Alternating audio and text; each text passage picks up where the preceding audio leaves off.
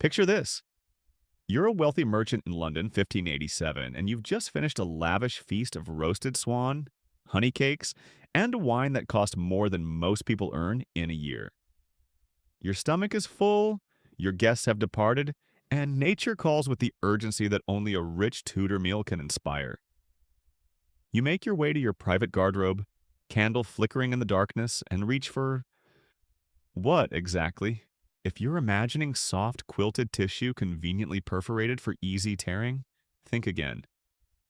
Toilet paper as we know it wouldn't exist for another 3 centuries. What you're about to discover will make you grateful for every roll of charmin you've ever taken for granted. Because the reality of 16th century bathroom habits was far more creative, disgusting, and surprisingly class-conscious than you could possibly imagine. You're about to enter a world where your social status determined not just what you ate or wore, but literally what you wiped with.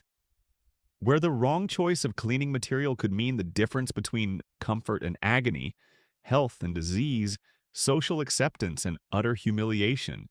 This isn't just a story about bathroom habits.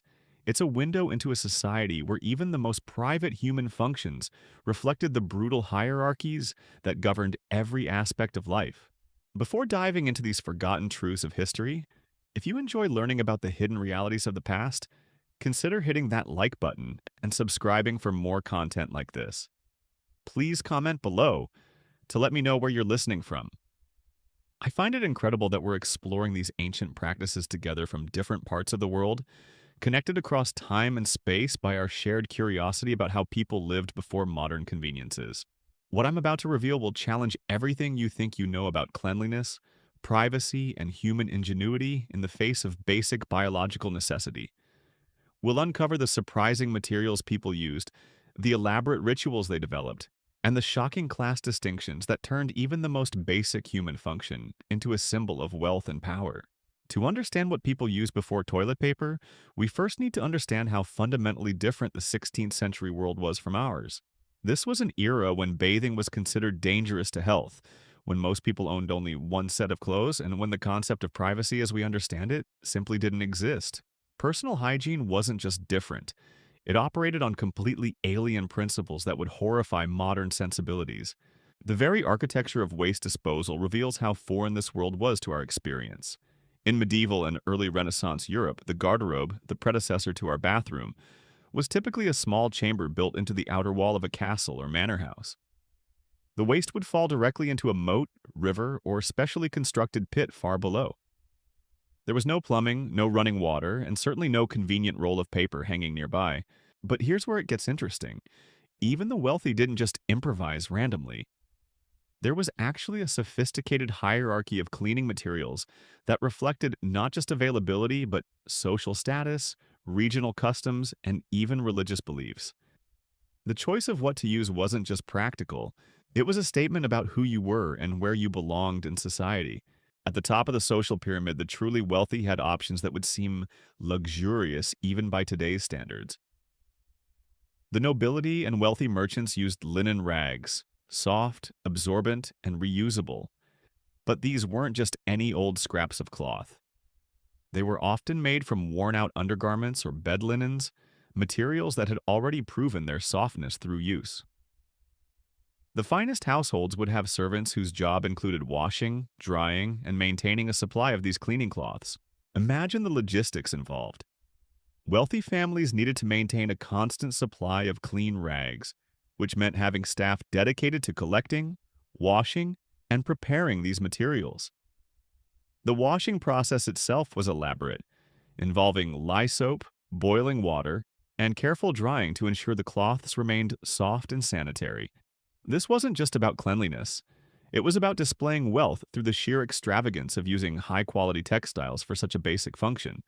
The Spanish court, known for its elaborate etiquette and obsession with cleanliness, took this to extraordinary lengths.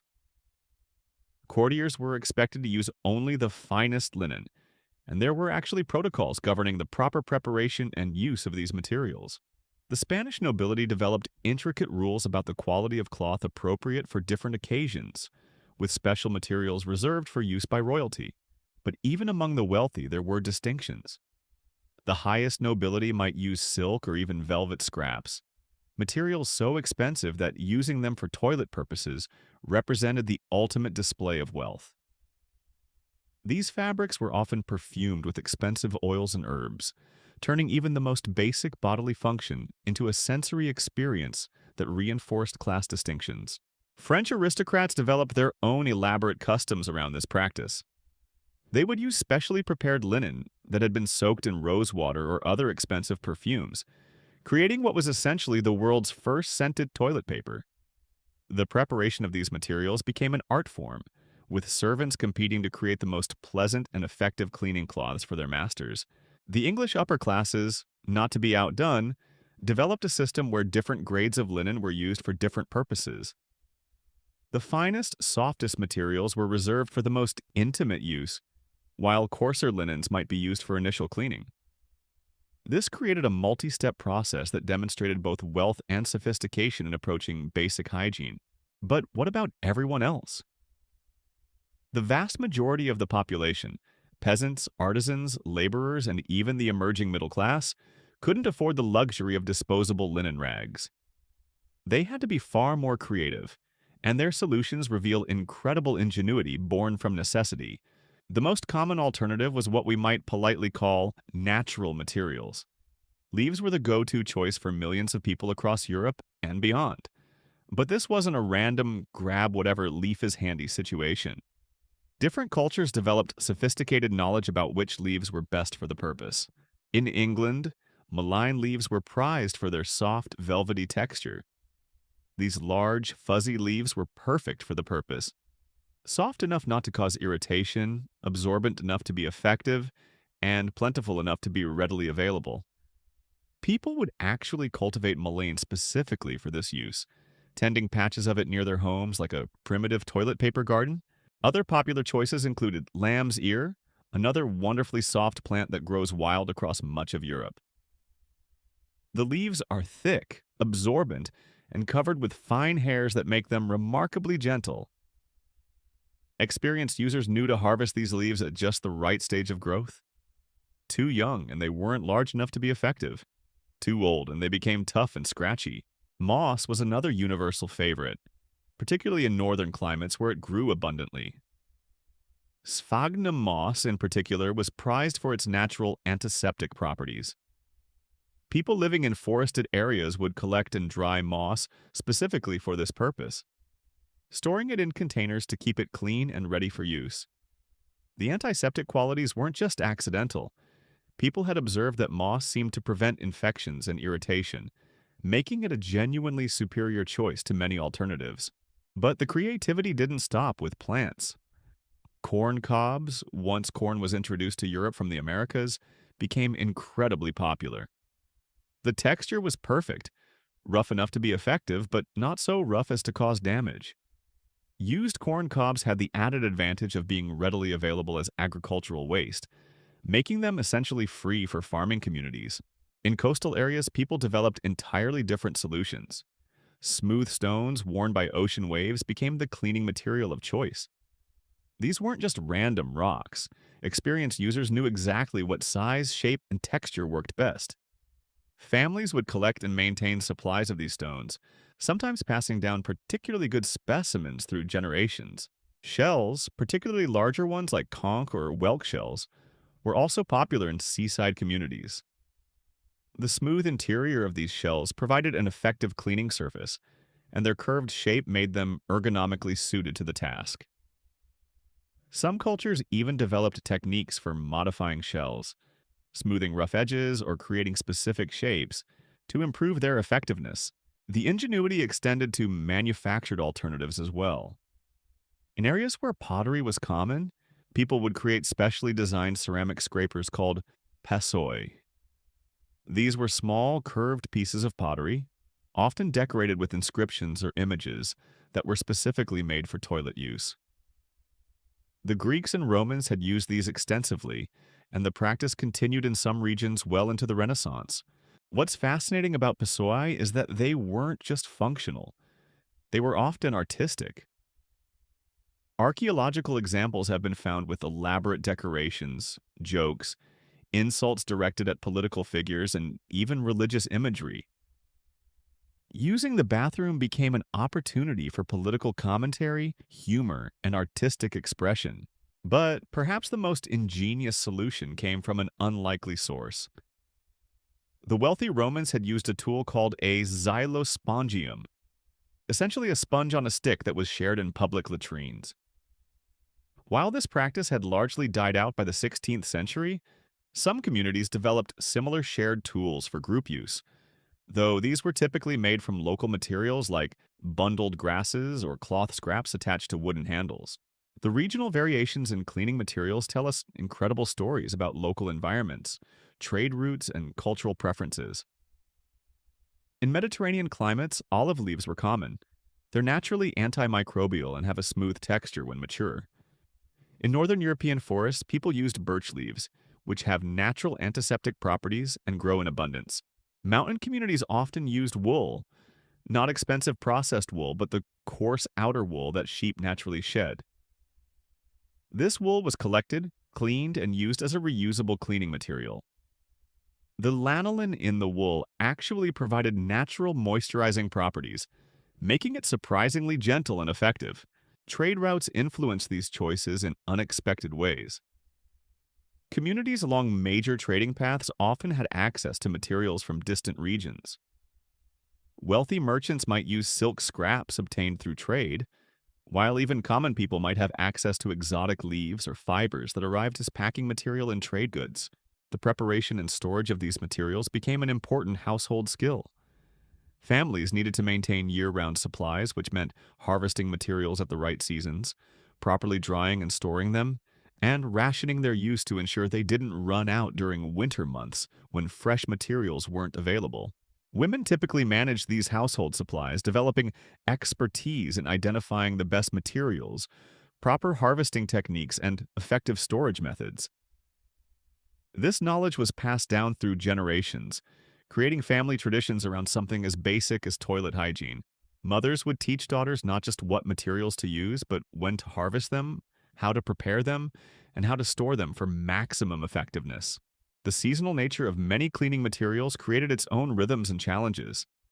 Spring and summer were times for harvesting and preparing natural materials, while winter required careful rationing of stored supplies.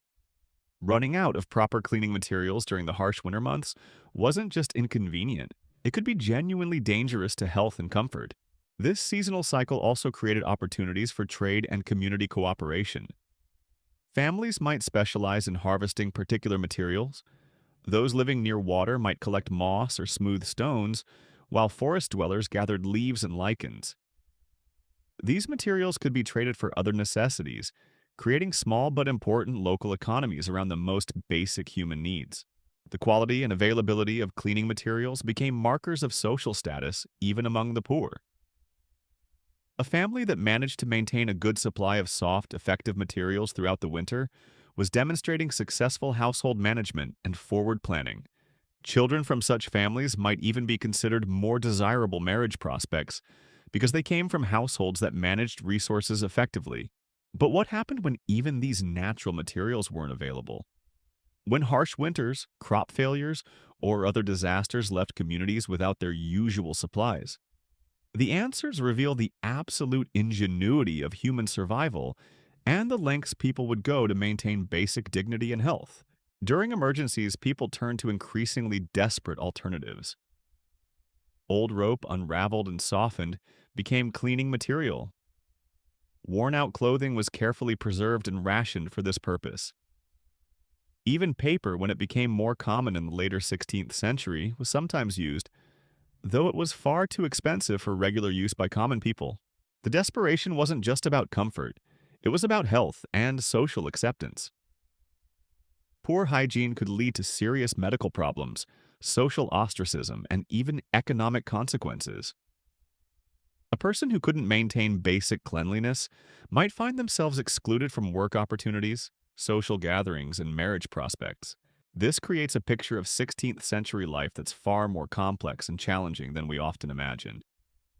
Every aspect of daily life, including the most private moments, required planning, skill, and resourcefulness.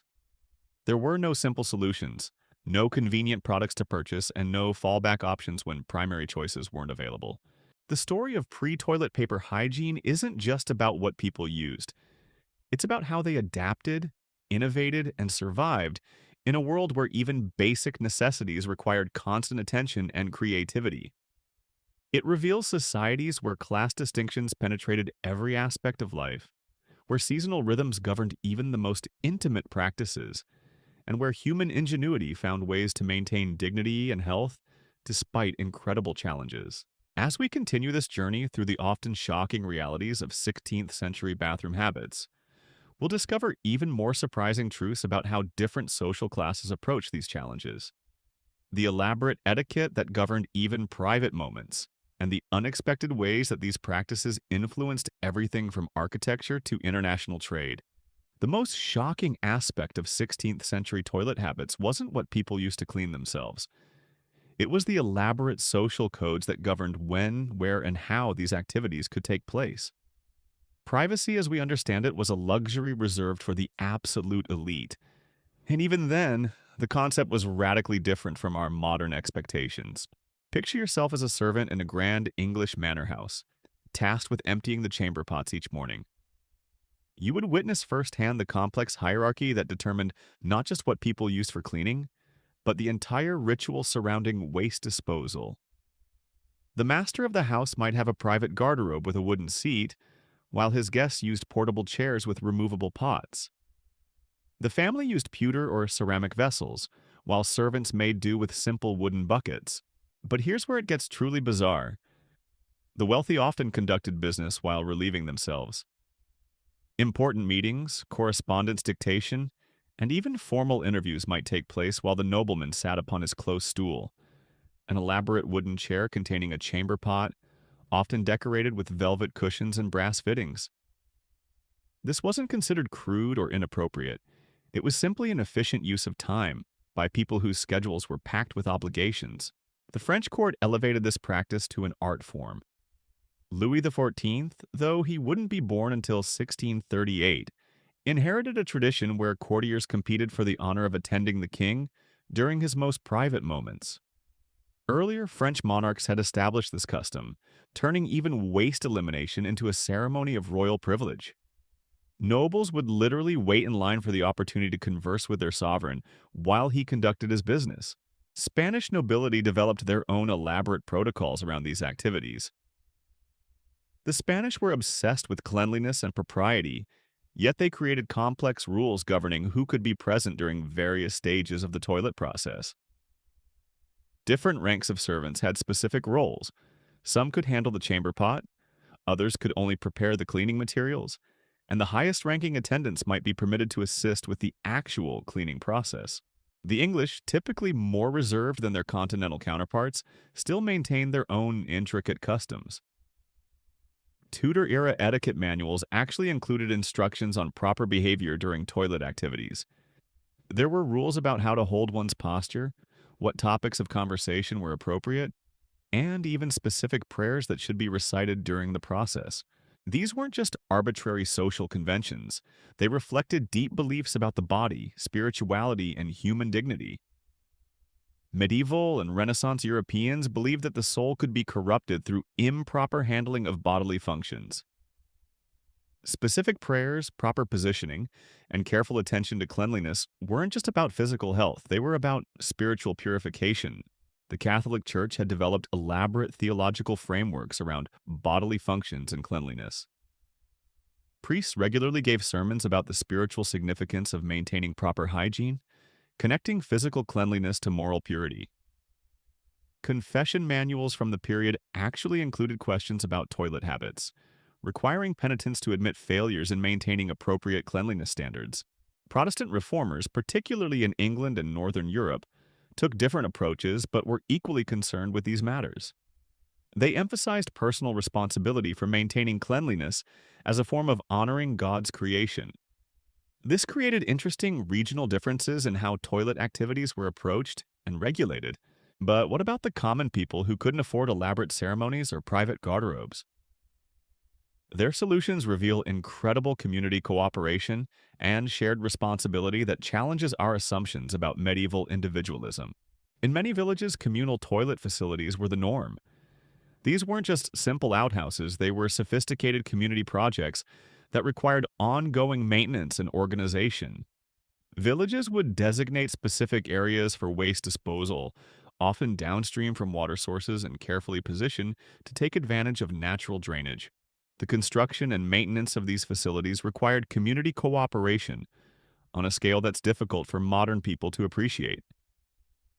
Every family contributed labor, materials, and ongoing maintenance.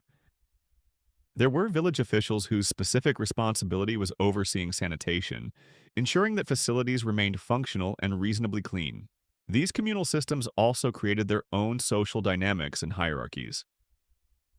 Families with higher status within the village might have access to better positions within the communal facilities, spots that were more private, cleaner, or more convenient. The politics of waste disposal became another arena where social relationships played out. The timing of toilet activities was carefully regulated in these communities.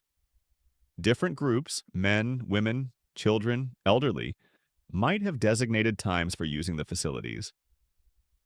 This scheduling wasn't just about efficiency, it reflected complex social relationships and power structures within the community. Women's toilet practices deserve special attention because they reveal the particular challenges faced by half the population. In an era where feminine hygiene was poorly understood and rarely discussed openly, women had to navigate monthly cycles without modern sanitary products, pregnancy-related changes in bodily functions, and the challenges of multiple layers of clothing that made quick toilet visits nearly impossible. The clothing alone created enormous obstacles. Wealthy women wore elaborate gowns with multiple layers of undergarments, stays, and complicated fastenings that required assistance to remove. A simple toilet visit might require the help of servants, and could take 15 or 20 minutes just to manage the clothing. Poor women, while having simpler clothes, often wore the same garments for weeks or months, making cleanliness a constant challenge. Menstruation created additional complications that modern women can barely imagine. Without disposable pads or tampons, women used rags, moss, or other absorbent materials that had to be washed and reused. These materials were precious resources that required careful management and storage. The washing process itself was challenging. Without hot running water or effective detergents, cleaning these materials thoroughly was difficult and time-consuming. Pregnancy brought its own toilet-related challenges. As women's bodies changed, their needs for bathroom facilities changed as well. The design of chamber pots and toilet seats didn't accommodate pregnant bodies well, creating physical discomfort and practical difficulties. Wealthy pregnant women might have specially designed furniture to address these needs, while poor women simply had to endure the discomfort. Childbirth and postpartum recovery created additional hygiene challenges that required community support and specialized knowledge. Midwives and experienced women developed techniques for managing the toilet needs of new mothers, creating support systems that helped women maintain cleanliness and dignity during vulnerable periods. The elderly faced their own unique challenges in an era without modern incontinence products or easily accessible facilities. Families developed various strategies for caring for elderly relatives who could no longer manage their toilet needs independently. These ranged from specially designed clothing to modified furniture to community support systems that helped maintain dignity for aging community members. Children's toilet training followed completely different patterns than modern approaches. Without diapers as we know them, infants and toddlers wore simple cloth wrappings that required frequent changing and washing. Toilet training began much earlier out of necessity, and children were expected to master these skills quickly to reduce the burden on their families. The economic implications of toilet practices extended far beyond the obvious costs of materials and facilities. Entire industries developed around supplying the materials and services needed for waste management. Rag merchants specialized in supplying cleaning materials to wealthy households. Night soil men made their living collecting and disposing of human waste from urban areas, often selling it to farmers as fertilizer. The textile industry was deeply connected to toilet practices through the demand for cleaning rags and absorbent materials.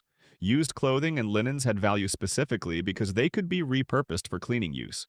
This created secondary markets and recycling systems that were essential parts of the early modern economy.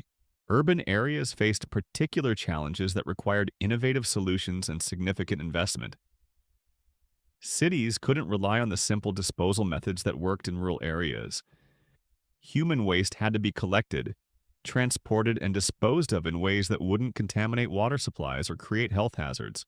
London, Paris, and other major cities developed complex systems for managing human waste that employed thousands of workers and required ongoing municipal investment. These systems weren't just practical necessities, they were major public works projects that shaped urban development and influenced city planning for centuries. The night soil trade became a significant economic sector in major cities. Workers would collect human waste from private homes and public facilities, then transport it to agricultural areas where it was sold as fertilizer. This created economic relationships between urban and rural areas that were essential to both city sanitation and agricultural productivity. River systems became highways for waste disposal, but this created downstream conflicts between communities. Cities that dumped waste into rivers faced complaints and sometimes legal action from downstream communities whose water supplies became contaminated. These conflicts required negotiation and sometimes led to early environmental regulations. The international implications of toilet practices might seem absurd, but they were surprisingly significant. Diplomatic missions had to navigate different toilet customs when traveling between countries. Ambassadors and their staff needed to understand local practices to avoid giving offense or appearing uncivilized. Trade relationships were sometimes influenced by differences in cleanliness standards and toilet practices.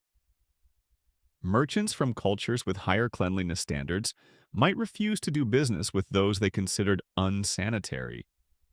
These prejudices could affect commercial relationships and international trade patterns. Military campaigns faced enormous logistical challenges related to sanitation and waste disposal.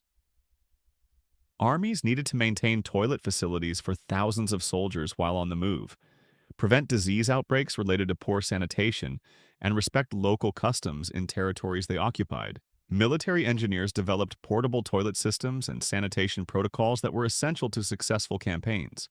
The religious dimensions of toilet practices extended beyond individual spirituality to influence international relations between different faiths. Islamic, Christian, and Jewish communities had different cleanliness requirements and toilet practices that could create tensions in multi-religious societies. Pilgrimage routes required special attention to toilet facilities and cleanliness standards. Religious authorities had to provide sanitation facilities for thousands of pilgrims while maintaining the spiritual purity required for religious sites. This created complex logistical challenges that required coordination between religious and secular authorities.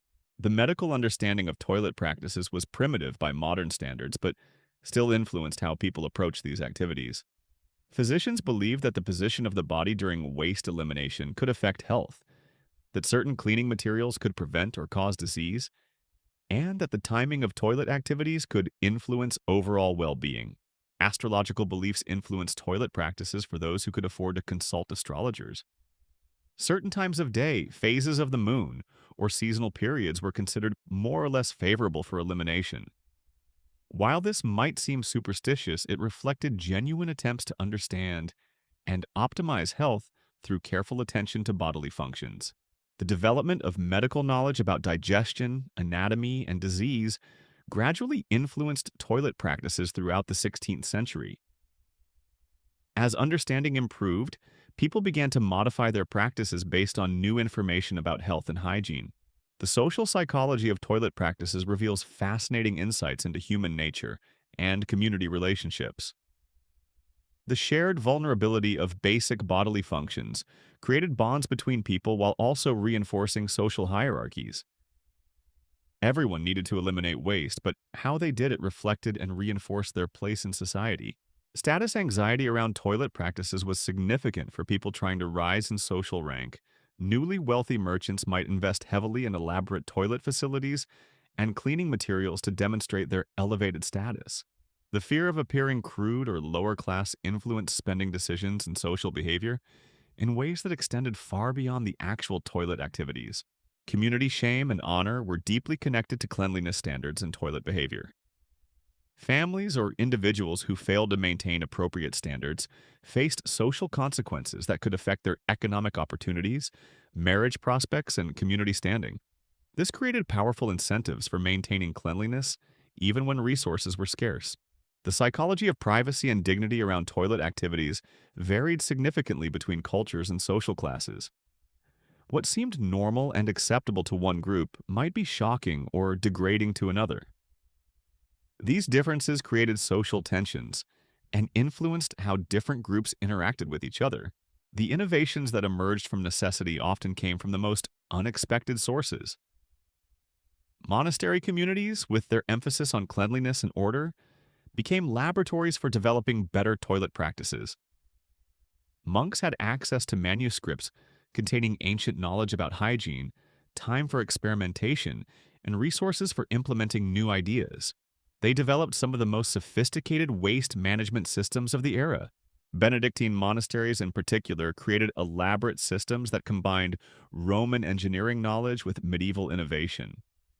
They built multi-level garderobes with sophisticated drainage systems, developed techniques for processing human waste into safe fertilizer, and maintained supplies of cleaning materials that were far superior to what most secular communities could access. The monastic emphasis on cleanliness wasn't just practical, it was deeply theological. Medieval religious thinkers saw bodily purification as essential to spiritual development. This created communities where toilet practices were taken seriously as both practical and spiritual disciplines. Monks developed detailed rules governing every aspect of waste elimination, from proper posture to specific prayers to appropriate cleaning materials. These monastic innovations gradually spread to secular communities through various channels. Monastery guests experienced superior sanitation systems and sometimes implemented similar approaches in their own homes. Former monks who left religious life brought their knowledge to secular communities. Medical manuscripts copied in monastery scriptoriums preserved and transmitted knowledge about hygiene and health. The influence extended to architecture and urban planning. Monastery designs influenced the layout of noble houses, incorporating improved drainage systems and better positioning of toilet facilities. Cities consulted with monastery engineers when developing public sanitation systems. The practical knowledge developed in religious communities became foundational to improving sanitation throughout European society. But innovation wasn't limited to religious communities. Merchant families, with their international connections and available capital, often pioneered new approaches to toilet facilities and cleaning materials. Their travels exposed them to different practices from other cultures, creating opportunities for combining the best ideas from multiple traditions. Venetian merchants, for example, had extensive contact with Islamic cultures that maintained higher standards of cleanliness than most Christian communities. They observed sophisticated washing systems, superior cleaning materials, and architectural innovations that they adapted for use in their own homes. These adaptations gradually spread throughout the merchant community and eventually influenced broader Italian society. The Hanseatic League, connecting northern European trading cities, created networks for sharing information about sanitation innovations. A new cleaning material discovered in one Baltic port might quickly spread to other League cities. Improved toilet facility designs developed in Hamburg might be implemented in Bergen or Novgorod within months. These commercial networks became highways for spreading sanitation knowledge. Maritime communities faced unique challenges that spurred particular innovations. Ships couldn't rely on ground-based disposal systems, creating needs for portable toilet solutions and effective cleaning materials that could function in confined spaces. Sailors developed techniques for managing waste disposal during long voyages, maintaining cleanliness in extremely challenging conditions, and preventing disease outbreaks in crowded ship environments. The solutions developed for maritime use often found applications on land. Portable toilet chairs designed for ship cabins influenced furniture design in noble houses. Cleaning materials that worked effectively in humid, confined spaces proved valuable for land-based communities as well. Navigation tools and techniques developed for finding safe water sources during voyages helped land-based communities identify clean water supplies. Naval warfare added additional complications to maritime sanitation challenges. Warships carried larger crews for longer periods, faced combat situations that disrupted normal sanitation routines, and needed to maintain fighting effectiveness despite sanitation challenges. Military engineers developed portable toilet systems that could be quickly deployed and easily maintained under combat conditions. The knowledge gained from military sanitation challenges influenced civilian innovations. Techniques for managing waste disposal for large groups proved valuable for cities managing growing populations. Methods for preventing disease outbreaks in crowded conditions helped urban communities address public health challenges. Portable sanitation systems designed for military use were adapted for civilian applications like large public gatherings or construction projects. Mining communities faced their own unique sanitation challenges that required innovative solutions. Underground work environments couldn't accommodate traditional waste disposal methods, creating needs for specialized systems that could function in confined underground spaces. Miners developed techniques for managing sanitation needs during long underground shifts, preventing contamination of water sources in mining areas, and maintaining health standards despite extremely challenging working conditions. The solutions developed in mining communities often influenced other industries facing similar challenges. Underground construction projects adopted mining sanitation techniques. Other industries working in confined spaces implemented similar approaches. The knowledge gained from addressing extreme sanitation challenges proved valuable for less extreme, but still challenging situations. Agricultural communities developed their own innovations based on the intimate connection between human waste and soil fertility. Farmers understood better than anyone the value of human waste as fertilizer, creating sophisticated systems for processing and applying it safely. They developed techniques for composting human waste with other organic materials, timing applications to maximize crop benefits while minimizing health risks, and managing the entire cycle from collection through agricultural application. These agricultural innovations influenced urban waste management systems. Cities began viewing human waste as a valuable resource rather than just a disposal problem. Entrepreneurs developed businesses around collecting urban waste and selling it to agricultural communities. This created economic incentives for better waste collection systems and more efficient processing techniques. The seasonal rhythms of agricultural life also influenced toilet practices in farming communities. Planting and harvest seasons created different sanitation needs and opportunities. Winter months required different approaches than summer periods. Agricultural communities developed sophisticated understanding of how to integrate human waste management with seasonal agricultural cycles. Regional variations in toilet practices often reflected local environmental conditions and available resources. Mediterranean communities had access to different materials and faced different challenges than Northern European societies. Coastal areas developed different solutions than inland regions. Mountain communities created different approaches than plains dwellers. These regional differences created opportunities for innovation through cultural exchange. When people from different regions met, through trade, warfare, pilgrimage, or marriage, they shared knowledge about toilet practices and sanitation techniques. The most effective innovations spread between regions, adapted to local conditions and resources. The process of cultural exchange around sanitation knowledge reveals interesting patterns about how practical knowledge spread in pre-modern societies. Unlike theoretical knowledge that might be transmitted through manuscripts or formal education, sanitation knowledge spread through personal experience and practical demonstration. People learned by observing and experimenting rather than through abstract study. Women played particularly important roles in transmitting sanitation knowledge because they typically managed household hygiene and healthcare. When women married and moved to new communities, they brought knowledge about toilet practices and cleaning materials from their birth families.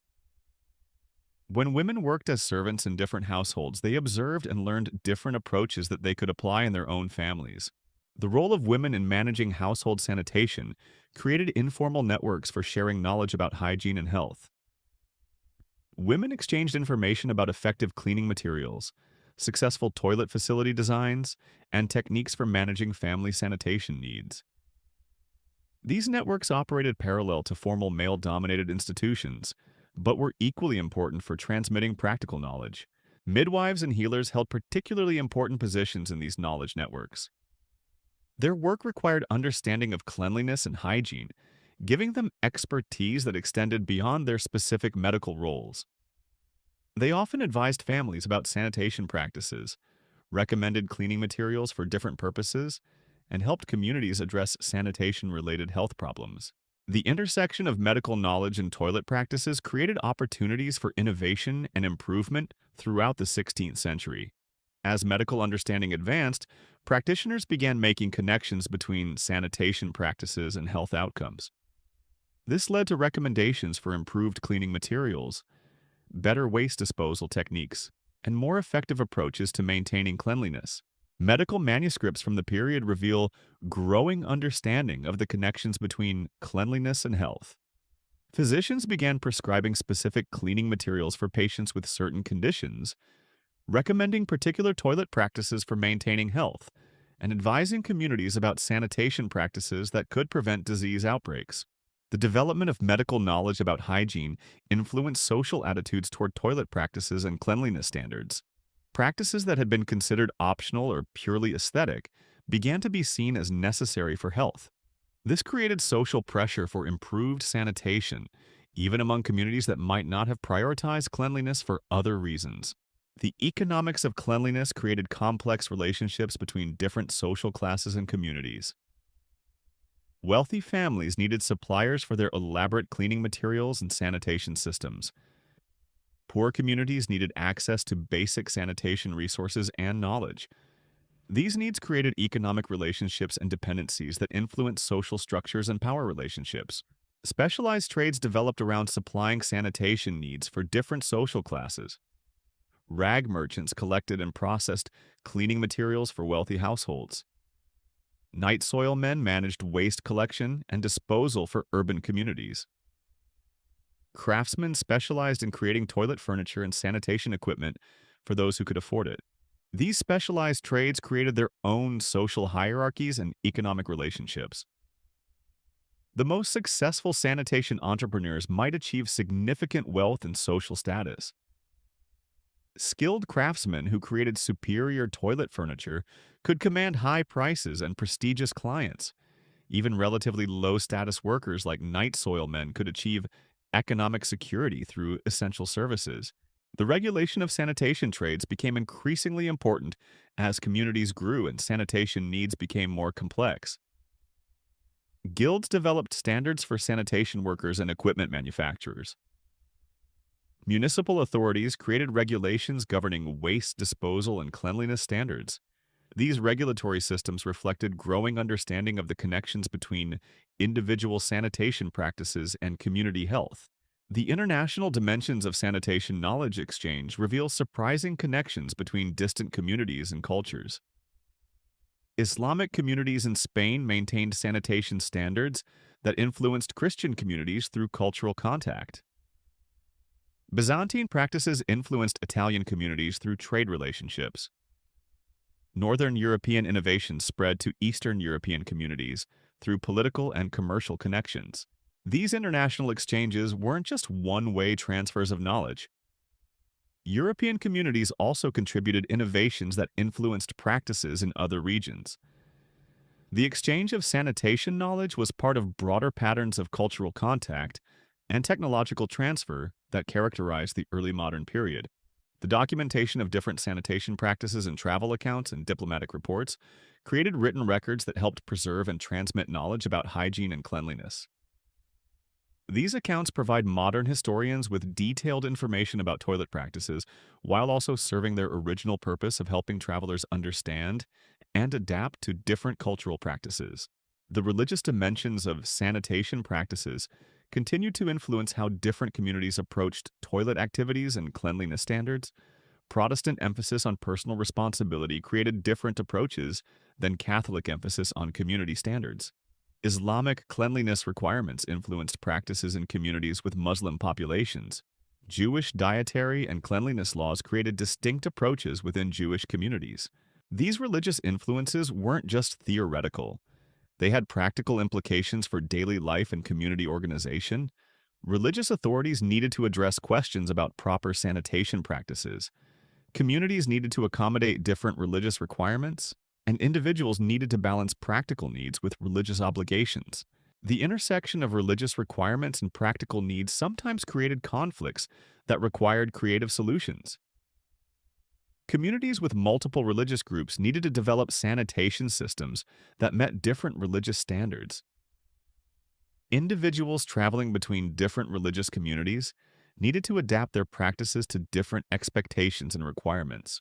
As we approach the end of our journey through the complex world of 16th century toilet practices, it becomes clear that what people used before toilet paper was just the beginning of a much larger story about human ingenuity, social organization, and the endless creativity people bring to solving basic problems. The materials themselves, from luxury linen to humble leaves, were just the visible surface of elaborate systems that touched every aspect of society, from architecture to international trade, from religious practice to medical knowledge, from social hierarchies to technological innovation. The legacy of these pre-toilet paper practices extended far beyond their immediate practical applications, creating ripple effects that would influence European society for centuries to come. What began as simple necessity evolved into complex social systems that revealed fundamental truths about human nature, community cooperation, and the endless capacity for adaptation in the face of basic needs. Perhaps most remarkably, the knowledge systems that developed around toilet practices became foundations for broader understanding of hygiene, health, and public sanitation. The careful observation of which materials worked best, which practices prevented disease, and which systems served communities most effectively created empirical knowledge that would eventually contribute to more scientific approaches to public health. The social hierarchies that governed toilet practices also revealed the profound ways that even the most private human activities became expressions of power, status, and cultural identity. A wealthy merchant's supply of fine linen rags wasn't just about comfort, it was a statement about his place in society, his ability to command resources, and his family's commitment to maintaining standards that distinguished them from their social inferiors. But perhaps the most striking aspect of this entire system was its sustainability. Unlike our modern dependence on manufactured products that require industrial production and global supply chains, 16th century toilet practices were almost entirely based on renewable local resources. Communities developed self-sufficient systems that could function indefinitely without depleting natural resources or creating environmental problems. The moss carefully harvested from forest floors would regrow within seasons. The leaves collected for cleaning would be replaced by new growth the following year. Even the elaborate linen rags used by the wealthy were part of recycling systems that extracted maximum value from textile resources before they were finally discarded. These weren't just practical solutions, they were early examples of circular economies that modern environmental thinkers are only beginning to rediscover. The knowledge that women passed down through generations about identifying the best materials, preparing them properly and storing them effectively, represented sophisticated understanding of natural resources and seasonal cycles. A mother teaching her daughter which leaves were softest in spring, how to dry moss for winter storage, or how to prepare linen rags for maximum effectiveness, was transmitting complex technical knowledge that ensured family survival and comfort. This intergenerational transmission of knowledge created cultural continuity that connected families to their environments in ways that modern life rarely permits. Children learned not just what to use, but when to harvest it, how to prepare it, and how to manage resources across seasonal cycles. They developed intimate knowledge of local ecosystems and natural processes that made them active participants in sustainable resource management. The community cooperation required for managing shared sanitation facilities created social bonds and mutual dependencies that strengthened village life.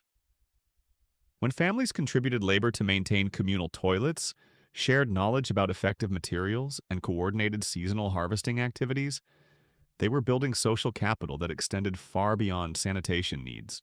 These cooperative relationships created resilience that helped communities survive economic hardships, natural disasters, and social disruptions.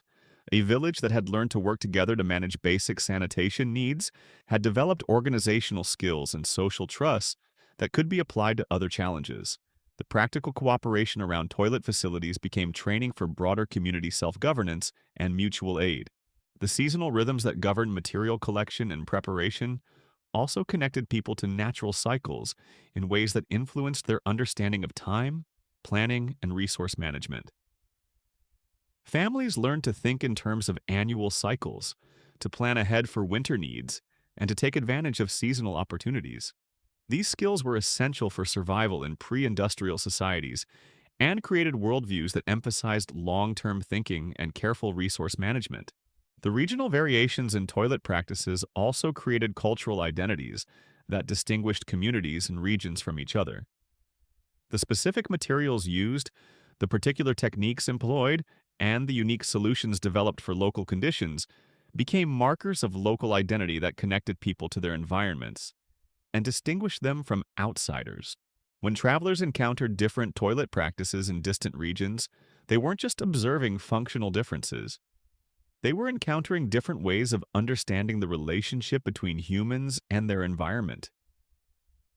The smooth stones used by coastal communities, the specialized mosses favored by forest dwellers, and the particular leaves preferred by mountain villages all reflected intimate knowledge of local conditions and resources.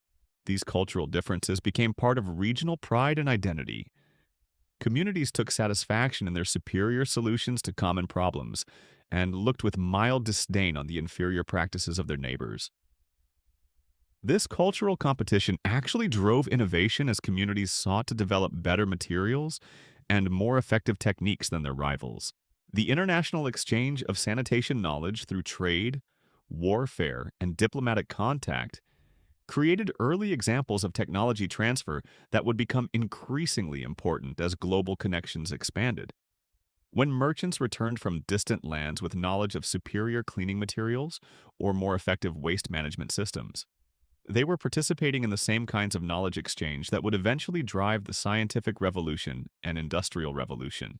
The economic systems that developed around sanitation needs also created early examples of specialized markets and service industries that would become models for later economic development. The rag merchants who supplied wealthy households, the night soil men who managed urban waste disposal, and the craftsmen who created specialized sanitation equipment were all pioneers in developing service economies that went beyond basic agricultural production. These early service industries required skills in customer relations, quality control, and market development that would become essential for later economic growth. A successful rag merchant needed to understand his customers' preferences, maintain consistent quality standards, and develop reliable supply chains. These skills were transferable to other industries and helped create the commercial expertise that would drive economic expansion in later centuries.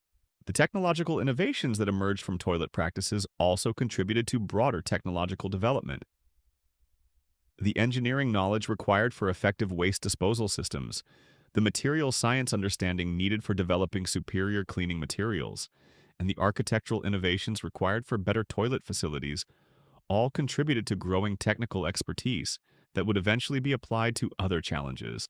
The medical knowledge that developed around connections between sanitation practices and health outcomes laid groundwork for later advances in public health and medical understanding.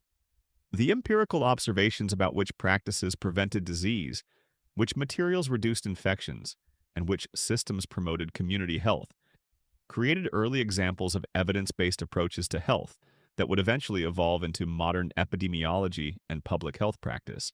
Perhaps most importantly, the human dignity that people maintained, despite these challenging circumstances, reveals something profound about the human spirit and our capacity to create meaning and maintain self-respect, even in the most basic aspects of life. The care that families took in preparing cleaning materials, the pride that communities felt in their sanitation systems, and the respect that people showed for each other's privacy and dignity all demonstrate that civilization isn't just about grand achievements in art, literature, or politics. It's about the daily practices through which people treat each other with consideration and respect. The elaborate etiquette that developed around toilet activities, the consideration shown for others' needs and privacy, and the community cooperation required for managing shared facilities all represent civilized behavior at its most fundamental level. These weren't primitive people stumbling through basic functions. They were sophisticated societies that had developed complex systems for maintaining human dignity and community cooperation around the most basic human needs. As we reflect on this journey through the toilet practices of the 16th century, we're reminded that every aspect of human life, no matter how mundane or private, reflects broader patterns of social organization, technological innovation, and cultural creativity. The story of what people used before toilet paper is ultimately a story about human ingenuity, social cooperation, and the endless creativity that people bring to solving basic problems. The next time you reach for that conveniently perforated roll of soft tissue, remember the centuries of human innovation, community cooperation, and individual dignity that preceded your simple action. Behind every modern convenience lies a complex history of human struggle, creativity, and cooperation that connects us to countless generations who faced the same basic needs but found very different solutions. Their legacy lives on not just in the gradual improvements that led to our modern conveniences, but in the fundamental human qualities they demonstrated: ingenuity in the face of challenges, cooperation in building community solutions, and dignity in maintaining respect for human needs and human nature. These qualities remain as essential today as they were 5 centuries ago, reminding us that civilization is built not just through grand achievements, but through the daily practices of treating each other and ourselves with care, creativity, and respect.